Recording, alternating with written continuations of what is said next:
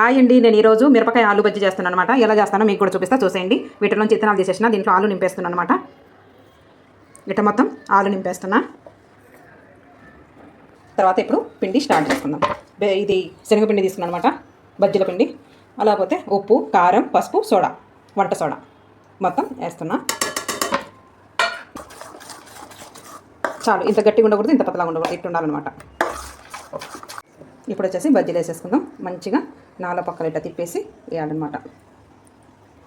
నూనె అయితే వేడింది, ఇట్ట పెట్టుకొని వేయాలి.